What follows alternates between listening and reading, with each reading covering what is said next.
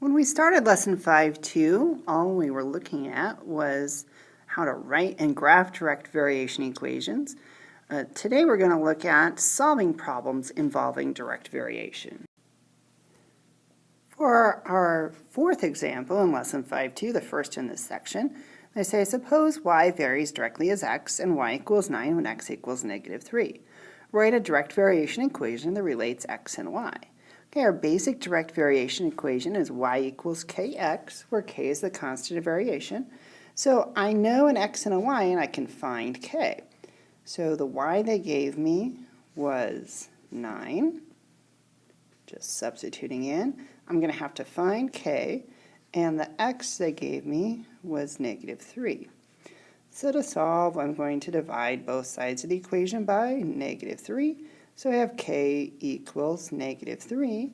So our equation is going to be y equals negative 3x. Next, they ask us to use that direct variation equation to find x when y equals 15. So we're going to substitute in y is 15 and solve for x. So all we have to do is divide both sides by negative 3. Positive divided by negative is a negative, so x equals negative 5. Let's try another one like that with different numbers. Suppose y varies directly as x, so I write y equals kx, and y equals 15 when x equals 5. Write a direct variation equation that relates x and y. So all I have left to do to solve is divide both sides by 5. So I get k equals 3. Well, I circled that, it's out of habit.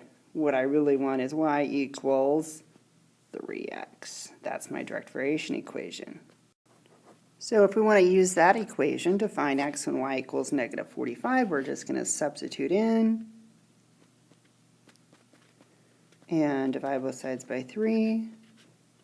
So we get x equals negative 15. The Ramirez family is driving cross-country on vacation. They drove 330 miles in 5.5 hours.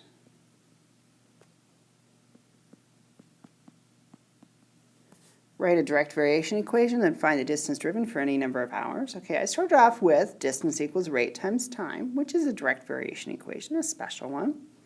And we want to solve for the rate is what we're missing. So if we just divide both sides by 5.5, that's an ugly decimal. We get r equals 60. So the equation that we just filled in, distance equals 60 miles for every hour they drive. So now they want us to take that equation and graph it. So when the ones I'll have you graph, I'll try to provide graph paper like this so you know what scale to use.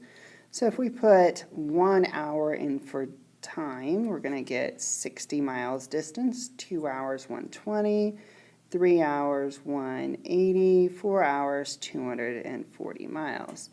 So we'd plot our points, 160 to 120. I'm not sure I love their scale. 3, 180, 4, 240, and we could keep going. Oh, 5, 300, that would have been a good one. It's on the grid. 6 would be 360. And you could do partial hours because you drive between 1 and 2 hours, obviously.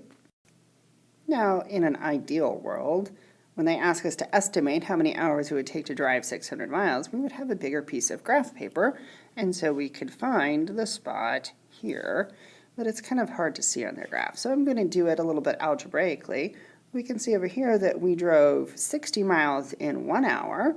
So if I want to take 60 times 10 to get 600, I should take 1 times 10 to get my hours. So it's going to be 10 hours.